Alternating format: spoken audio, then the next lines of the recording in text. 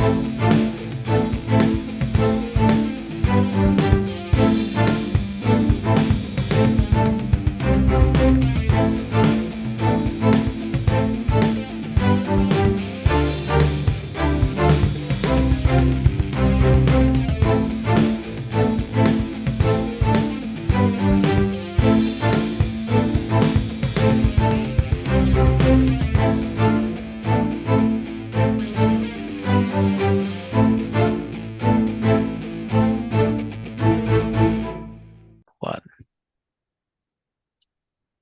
So, yo.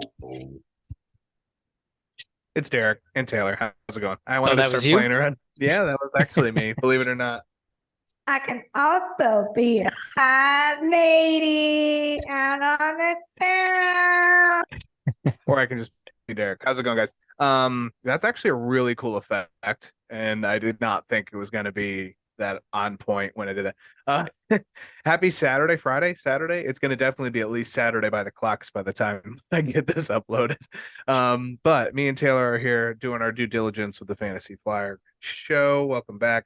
We're going to talk about some winds of change, and we're going to talk about some start sits. So Taylor, you know what? I'm going to leave this up to you. Where do you want to start? Because we took your team off of this list, and inappropriate. No, Thank and you. it's fair. It's fair. It's the Patriots were kind of on this list, but honestly, it is a little bit of a it's a bottom like that'd be we're not even that's a low hanging fruit to do that. We got to go for the teams that are actually the worst. We can't just go with ones that kind of look bad. You kept up with the Eagles for three and three quarters. Yeah, then we almost made a comeback with Miami, but yeah, not great. Yeah, that was a thing. So in this and so we have four teams that we're going to talk about and this winds of change segment. Essentially we're going to do team evals, which is the winds of change, because some of these teams do not look like they were expected at all, and it's pretty certain that they are like that way for the foreseeable future. And I think we just need to talk about them. So Taylor, it's going to start when I'm putting the ball in your court. Out of these teams that are the worst, which teams are surprising you? Which one do you want to chat about? Because we got some things to say. I mean, it's for sure it's got to be the Bengals coming out. They're 0-2, right? and easily could be 0-3. Rams on Monday night. It is the final game on Monday night. Still no word on whether Joe Burrow's playing, which is the biggest concern. Yeah. I think I tend to lean towards he would try to, because this team is 0-2. For reference, the Bengals have been 0-2 in 4 of their last 5 seasons to start the season. Did you know that? A lot of people didn't.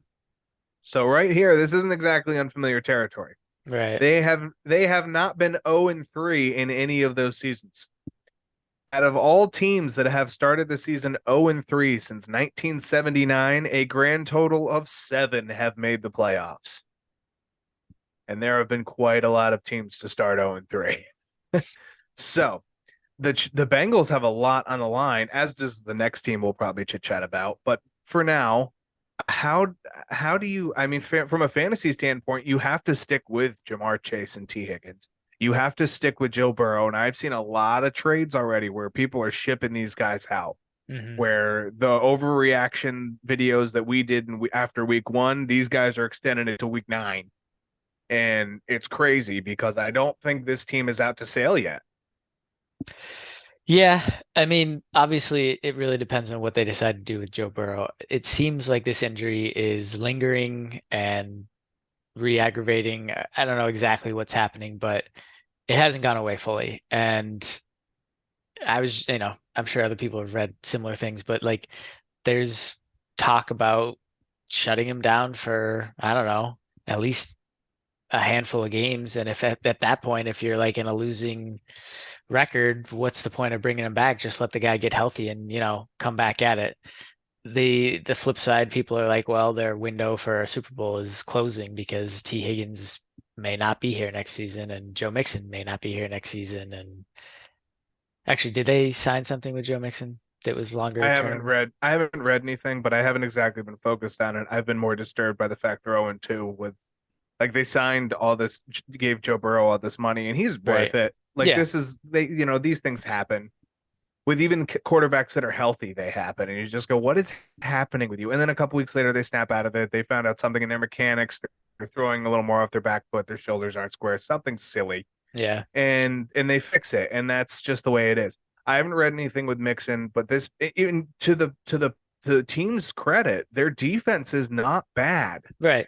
Like their defense is fine. The offense can't move around. They couldn't parallel park a car, let alone get down the field.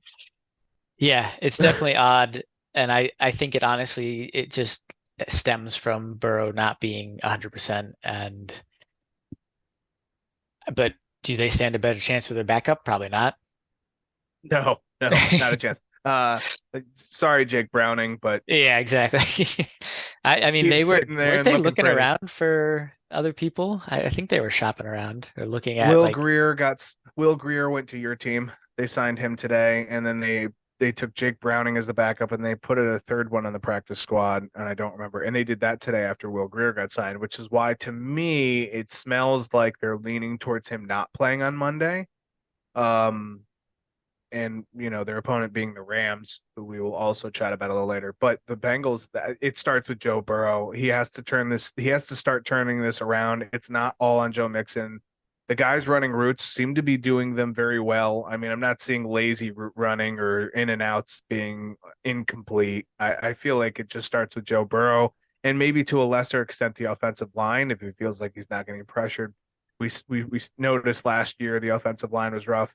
They have a problem with Lyle Collins, who's no longer on the team, and so now they have a new right tackle. So there are things that have changed, but I just feel like in general it starts with that pass game, and that's what it should be more dependable than this. Next team we're going to chat to a team that is very good at passing, and that is the Los Angeles Chargers. Another team that is expected to be a playoff team. They are on the brink of going 0-3.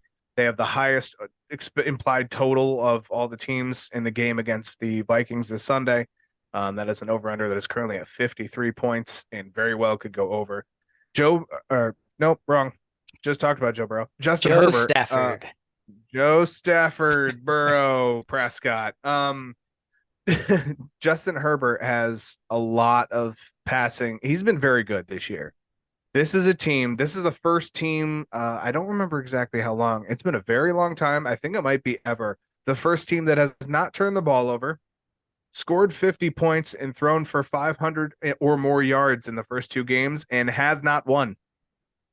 So, yeah, sorry. You got to set some records in places you don't want to set records to be remembered. The Chargers are better than this. Let's just flat out. I know they're missing Austin Eckler, who will again be out for week 3. But this team has to find a way to work without him. He is not the answer for everything. He's 27, will be 28 by the end of the year. And to a certain extent, this team has to not depend on Austin Eckler so much. Yeah, I mean, game 1 when he got hurt, Josh Kelly actually had a decent game to the point where you thought that he might continue, and maybe they prove that they don't need Austin Eckler. But I think game 2 obviously showed the latter, where Austin Eckler is a huge part of this team. And I mean, he's a rookie, Quentin Johnson, but we haven't seen too much of him. So if they're going to do this without Austin Eckler, obviously Keenan's going to get, like, he's always a target monster. Mike Williams has gotten more targets. Like, he's usually kind of like boomer bust, a la Tyler Lockett. But Josh Kelly or Spiller, one of those guys has to start doing something. And then I think Quentin Johnson's got to get more involved. I don't know. Tight end wise, they have like mediocre tight ends that I think are they're not. passable. I don't think they're utilizing Donald Parham. Yeah, Like you brought up two good names. You brought up Josh Kelly, who had a bad game last week, should have a little easier time against the Vikings defense that is having a hard time stopping a nose running, let alone somebody actually running. And Quentin Johnston is realistically at best the wide receiver 3 right now and is getting limited exposure. His snap counts have been okay. Not a great exposure for the rookie. However, Donald Parham is like 6'7". He was supposed to have this great year last year, had the terrible injury. He's back. He had a touchdown already. He looks like he's there. I think that's part of the thing that they need to utilize, get a little different pass catching. This week is huge fantasy upside for Keenan Allen, huge fantasy upside for Mike Williams. Josh Kelly should have all the fun in the world in the backfield and doing his mini Austin Eckler impression.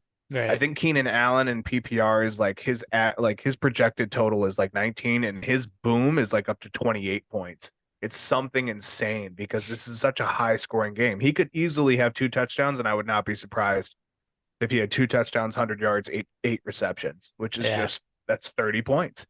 So the Chargers have something to play for as well. We'll go from the teams that are supposed to be extremely solid and looked really solid to the teams that never looked solid and are playing worse. So we'll real quick talk about the Arizona Cardinals. We're not going to dwell on this too much because again, both of these next two teams bad. Josh Dobbs is doing what he can. Zach Ertz is actually a low-key fantasy cheat code. He has 18 targets to lead the tight end position through 2 games. I think he had 8 and 10 in the respective weeks. That's how math works. And he hasn't caught a touchdown. He doesn't have inherent red zone target, but from a fantasy standpoint, he's fine. James Conner is out there doing his job, Yeah. essentially.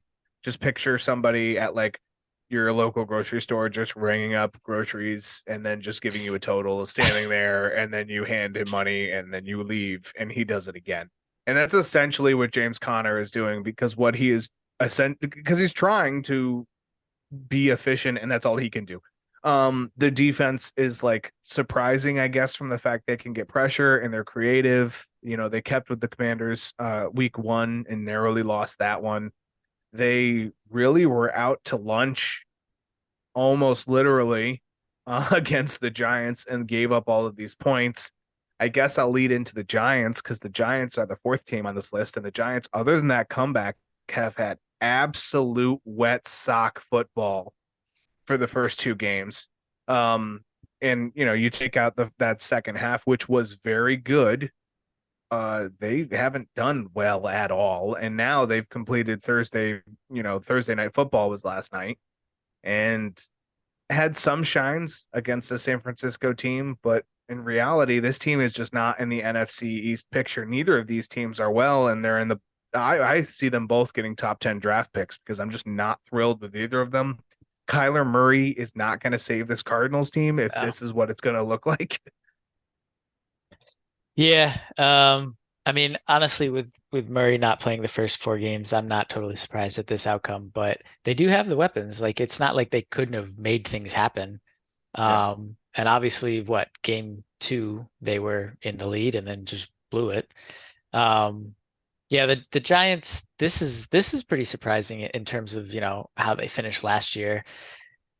You might say they overachieved last year, but I think Dable's a good coach, and I think I was expecting more of the same, where he figures out ways to, it's similar to New England, you know, plans that just work against whatever team they're playing. And that just has not been the case. More so from an offensive perspective, they just are not putting up points. Not at all. Not at all. And it's something you expected this team to be much better at. Darren Waller was 4 catches for 20 yards against San Francisco. Some bad throws to him. Paris Campbell and Darius Slayton are still people that you have to look at for some reason. It's not I mean, they miss Saquon, but again, just like James Conner, it's to the point where Saquon is kind of just out there ringing up groceries and telling you your total and like he can't do it all. Right. I overstep when I say that Kyler can't help fix his team. There's a lot that this Cardinals offense could use from Kyler. I don't know if it's going to be too little too late at that point because they are well on their way to starting 0-4.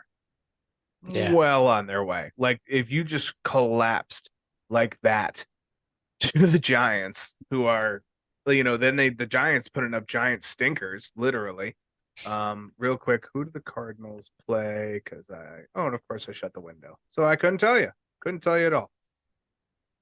I forget who the Cardinals are up against this week, and I'm going to find out in just a second because that's important. Dallas. Dallas. Oh, I should know that. Yeah, so well on the way to starting 0-4. Not good, like we'll survive with that. On to the teams that have impressed. We'll start. There's 3 teams on this list. I mean, there's some teams you expected: Eagles, Cowboys, 49ers, Dolphins to a certain extent. I could put on this list, but I don't think.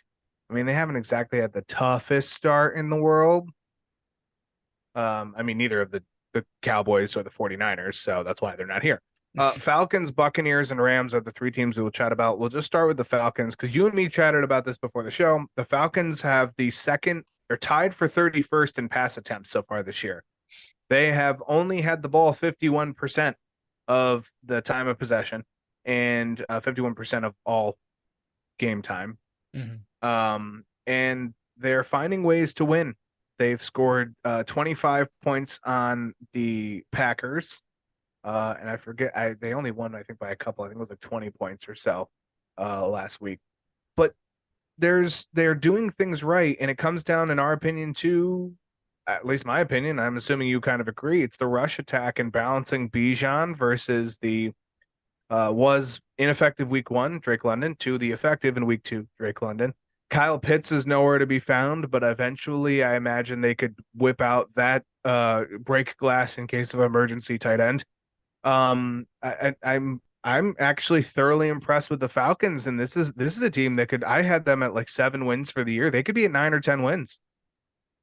Yeah, it's like odd to say impressed. I'm impressed with their record and their, I guess maybe it is impressed. I'm just not. I don't like their game plan. That's not So the kind of football I want to watch. I said impressed, and Taylor got this.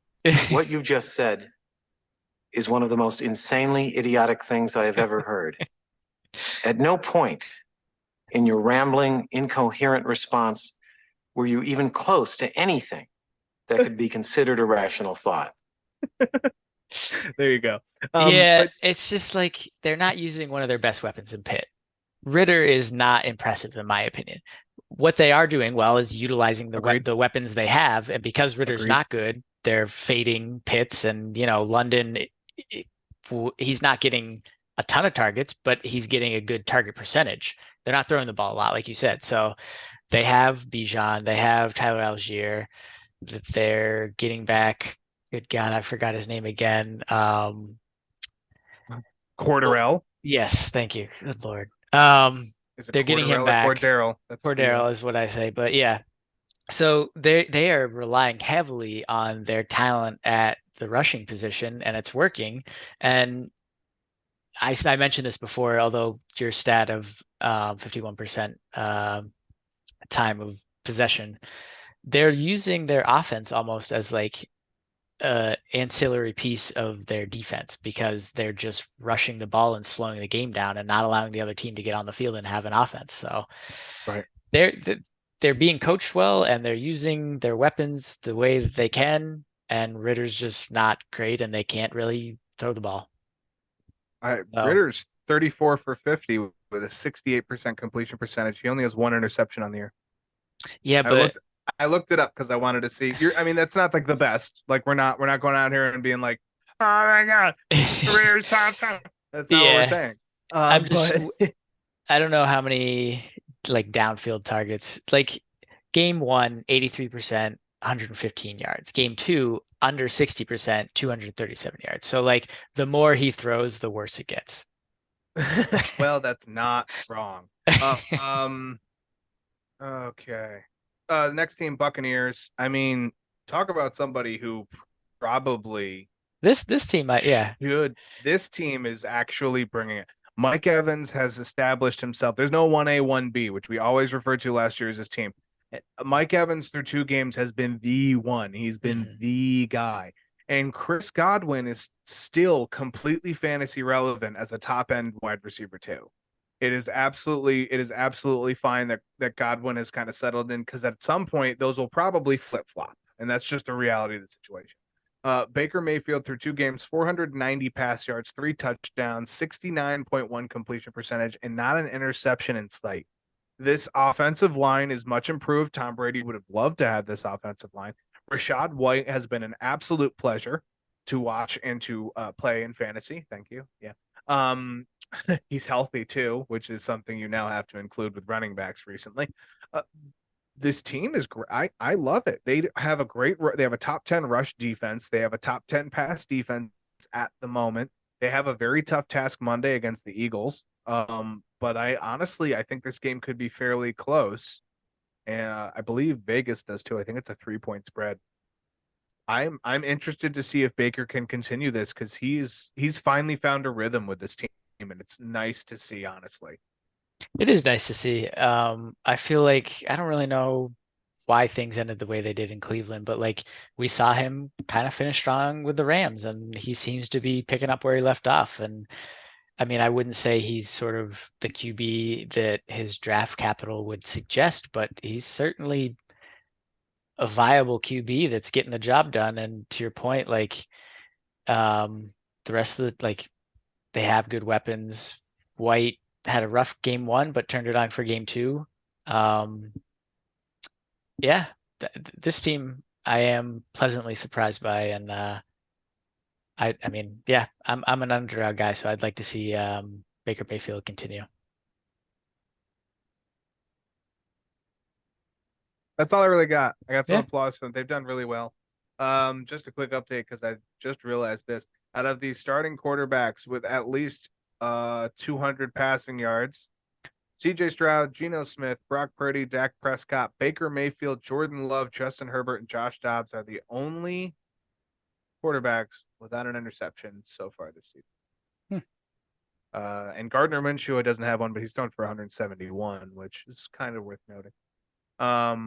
I don't think any of them. Brock Purdy has played 3 games already, so he's technically the clubhouse leader. But I just figured I'd bring that up. Last team that we will talk about, the Rams, which for what it's worth, this team looks like it is an absolute shell of itself and is doing wonderful. Puka Nacua was honestly, he's still on my I'm iffy list, not because he isn't playing great or he doesn't fit the scheme or he doesn't have a really good running ability and good hands. There's always if you do this for 2 weeks, like when is it going to come crashing down? Is he a wide receiver version of Brock Purdy, where they got him for he's making $217,000 as a 6th round pick or 5th round or whatever pick he was, and he's going out there and putting up Cooper Cup numbers. He can, obviously he's done it two weeks in a row. Last week against San Francisco was a very convincing performance in my opinion, because that is a team that has done extremely well against all passing offenses. But Matthew Stafford, he looks comfortable. He looks in the best shape he's looked in I do not know how long, which is impressive, because I was hoping his elbow injury didn't linger into this year, the elbow injury that kept him sidelined for more than half of last year. Yeah. And then they go ahead and they traded Cam Akers for a pack of bubble gum, and which is about that's about it. And they are completely fine with going with Kyron Williams. They are fine with the younger guys that they have. I don't know if this is a playoff team, but they look good. They're surprising at 1-1.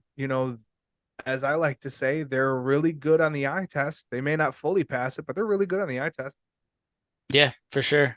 I mean, the Kyron Williams stuff, we heard that they wanted to use him, like he was part of the plan last season, but then he got hurt, game 1, 2? So we never actually got to see this come to fruition. And the fact that he is going off like he is awesome. And by all means, if they have some, they're butting heads with Cam Akers, that's no good for the organization. Let him go. So even if it is a pack of bubble gum. I mean, we saw Cam Akers finish the season strong. I don't know if that was, game script so that they could trade him, although they didn't get much for him. So guess it didn't really work out. Anyways,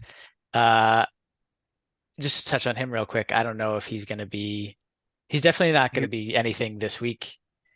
I don't know where it's going to go with the Vikings. I It's- would lean towards him taking over eventually. I don't know your thoughts. I don't. Taking over is non-existent Yeah. for that running, the part of that run game. Oh yeah, But they here's throw the the ball test. way So too much. here's the question. Here's this. And this will actually lead us perfectly into start sit, which is where we're going next, because our first start comes from this game as well.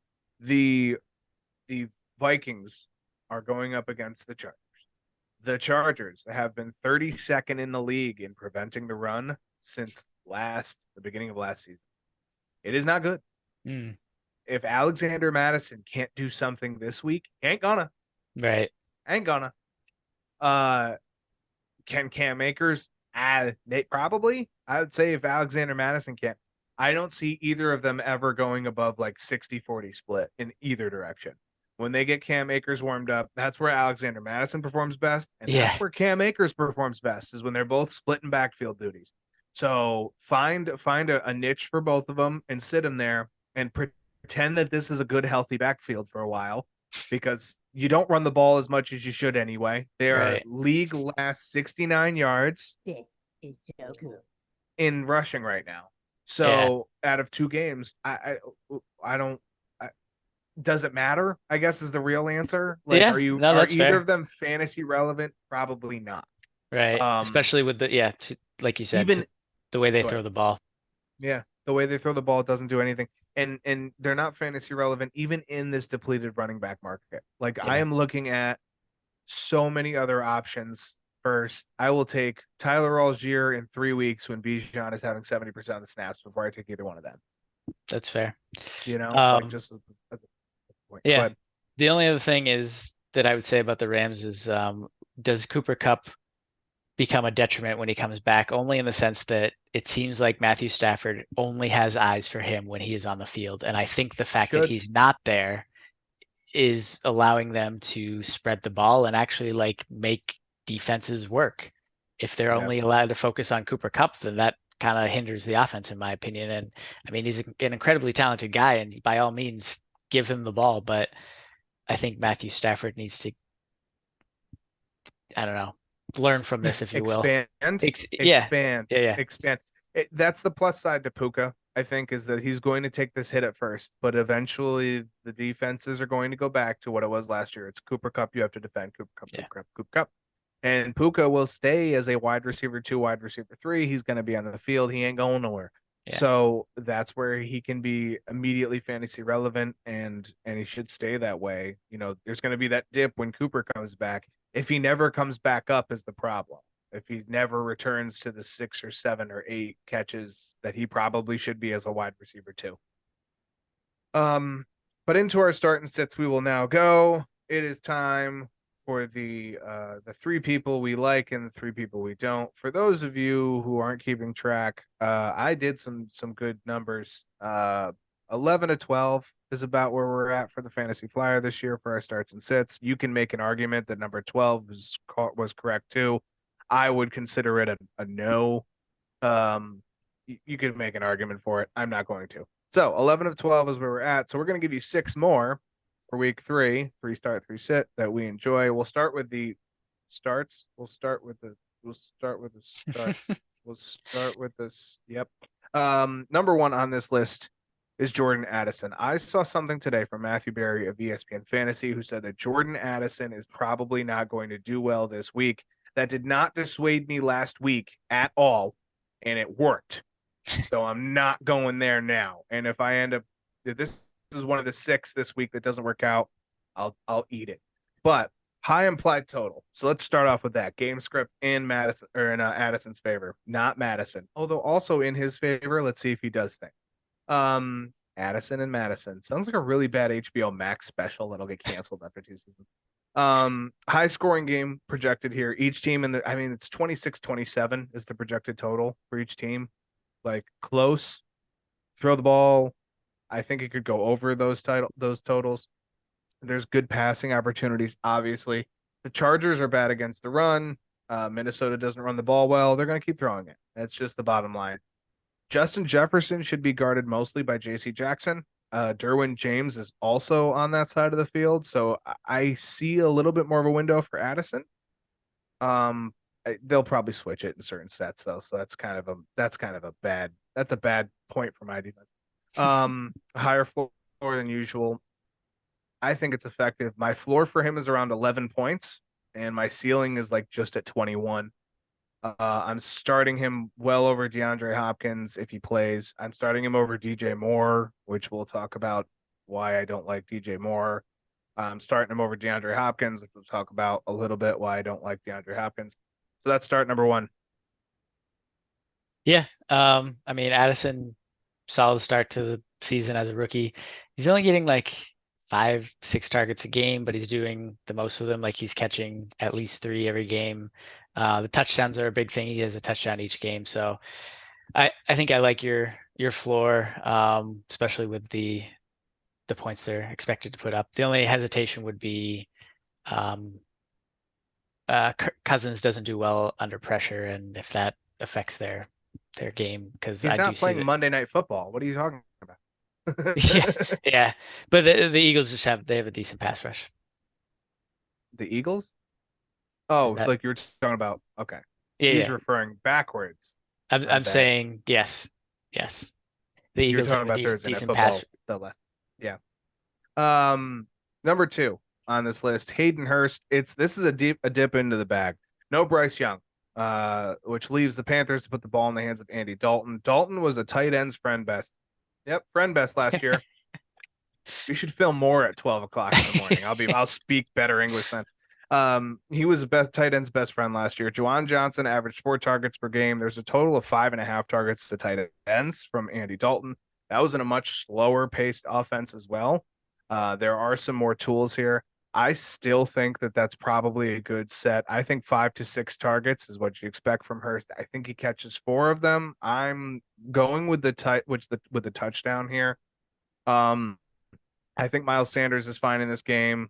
Uh, I mean, he didn't have. Oh wow, I didn't even realize I wrote this. But this is a valid point. The Dalton had Chris Olave and Alvin Kamara for much of last year, and he doesn't have those things now. So I like Hayden Hurst a little bit more now. Miles Sanders is fine. Thielen is fine. And to add to stir the pot a little bit, Seattle's 30th against the tight ends going back to last year. Hurst is my tight end 9 on the week, which is going to be probably a little higher than a lot of people have them. Floor around 6 points, ceiling around 14. I like the boom potential somewhere around that 4 to 5 targets, or 4 to 5 catches, I should say, on 5 to 6 targets, and 30 to 40 with a touchdown. That's my ceiling for him, not my projection. Yeah, I like it. I like Sanders. Sanders is also he's not. I don't hate that pick at all. I'm not rolling with him as a start. I think there's a world where he sees less than 8 or 9 fantasy points, but I also see a world where he gets like 17 or 18. Number 3 start, Zay Flowers, another low hanging fruit. Unfortunately, Odell Beckham was ruled out today, so there's snaps to go around. Mark Andrews is working his way back into the offense, perfectly fine. Indianapolis is 31st versus wide receivers through the 2 games. They've allowed 34 fantasy points per game to the position. They were top 10 against wide receivers last year, and they allowed less than 20 fantasy points per game to the position. The quarterback play has visibly gotten worse. They haven't played the best quarterbacks in the game, but now they will face Lamar Jackson, who is probably one of the best in the game. 474 yards they've already allowed to wide receivers. I mean, the NFL average last year was around 21 points per game to the position as far as fantasy goes. 34 points is to put it in perspective, that's 31st, like I said, right? There is a team that has 36. I don't remember which one it was. The 28th ranked team has 26 fantasy points per game through 2 weeks. Now, granted, again, 2 weeks, so let's chill a little bit. That's 8 points. That's 16 fantasy points. That's a fair amount to the group. That's an entire 2 touchdowns. Even with Andrews getting settled in, Zay Flowers, just go with him. Start him, line him up. If he's on your waivers, which he very well could be in some of the not so deep leagues. I mean, I got a floor of 9. His boom potential is like somewhere in the low 20%, like 22%, and his ceiling realistically is probably 18. I could see 22 or 23 in the right game script. Yeah. And that's assuming, I say 18 is probably safe because I feel at some point you're going to see Baltimore kind of run away with this one. But I like Zay, especially with Odell out. Yeah. You should see something similar to week 1 with Odell out. Obviously he took a little bit of a hit with Andrews in week 2, but Odell was there. Now Odell not being there, you should see it kind of go back the other way. Agreed. To the sits. Number 1 for this, you agreed with me. This one's pretty straightforward. It's Dameon Pierce. For those hoping that there's a bounce back game against the Jacksonville Jaguars, I'd be lenient. Granted, only Deion Jackson and Isaiah Pacheco in the first 2 weeks, but Jacksonville only allowed 47 rush yards. I got Pierce somewhere around 60. I don't see this being a very good touchdown potential game for running backs. So like 7.5 or 8 points if he catches a couple passes, maybe 9. I like Pacheco, Swift, or Miles Sanders more than I like Dameon Pierce.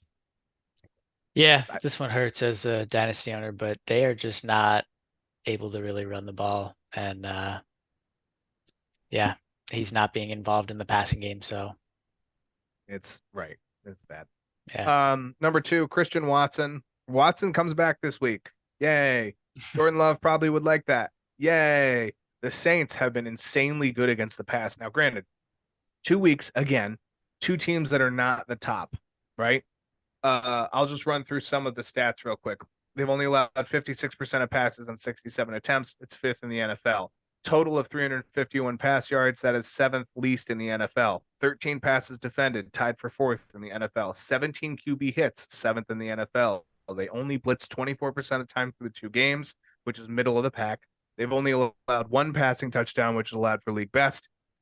Joe Woods knows, like I said to you in the before the show, Joe Woods, the defensive coordinator for the Saints, knows Jordan Love has these really good traits and characteristics. He knows what's coming. I don't see Watson coming back to more than 30 or 40 snaps. All of this tells me that if he's going to be touchdown dependent, 17-point ceiling for me, 7-point floor. I'm leaning towards like the 12 range, the 10 to 12. And it's a loose because it depends. There's a lot of things up in the air. 1, does Aaron Jones play? Huge question mark. Mhm. Aaron Jones doesn't play. I'm probably higher towards the 12, maybe even 13 or 14. If he plays, this is down towards the 10, and it's not even close for me. If he finds the end zone, there's the 17, and that's where I'm sitting for him. What say you? Yeah, I mean, Watson's still questionable. So yeah, I think if he does play, I'm trying to look. He had limited practice Wednesday. So yeah, it's trending in the right direction. But if he does play, they're gonna, limit his snaps a bit. So I wouldn't go ham on him yet. And to your point, New Orleans has a pretty decent pass defense. So yeah, I would hold off on Watson. This is not the week to play him. Right. Number 3, this one's another low-hanging fruit. Everything Chicago Bear. Justin Fields has said he wants to go back to running. I want to see it before it happens. All of his targets, I do not like this week. The implied team total is 18 points for this team. His Justin Fields specifically, his floor is like 16 points, and honestly, really could be lower than that. Let's be honest. I see a ceiling around like 24 if he actually rushes the ball, and he's gonna have to throw it because his team's gonna be down. So, any of the wide receivers, not a fan of DJ Moore. I don't like Darnell Mooney. Justin Fields, I'm so sorry, and I have him on one of my redraft teams. No, it hurts, but no. Yeah, That's all I really got. Those are our 3 starts, 3 sits, by the way. So, final thoughts from you on Justin Fields. They obviously made the adjustment last season, which we talked about a lot. That was a huge, great job on their part. They need to do something. They're trying to make him a pocket passer. It's just not working. He needs to run. Yeah. Let the man be free. So yeah, once they start doing that, I'll change my tune, but not playing him yet. Even if he does it this week, I don't think this is going to be the game that's going to work. Yeah, we talked about Chris Jones being back. Yep. Yeah. Kansas City's defense should be very revamped. That's going to do it for this Friday night / early Saturday morning edition of the Fantasy Flyer. Taylor, you want anything else you got to say? That's it. Peace All out, right. y'all. Another great show. We'll catch y'all next week. Here's some Bob Barker. Take care. Bob Barker reminding you, help control the pet population. Have your pet spayed. Goodbye, everybody. Goodbye, yo.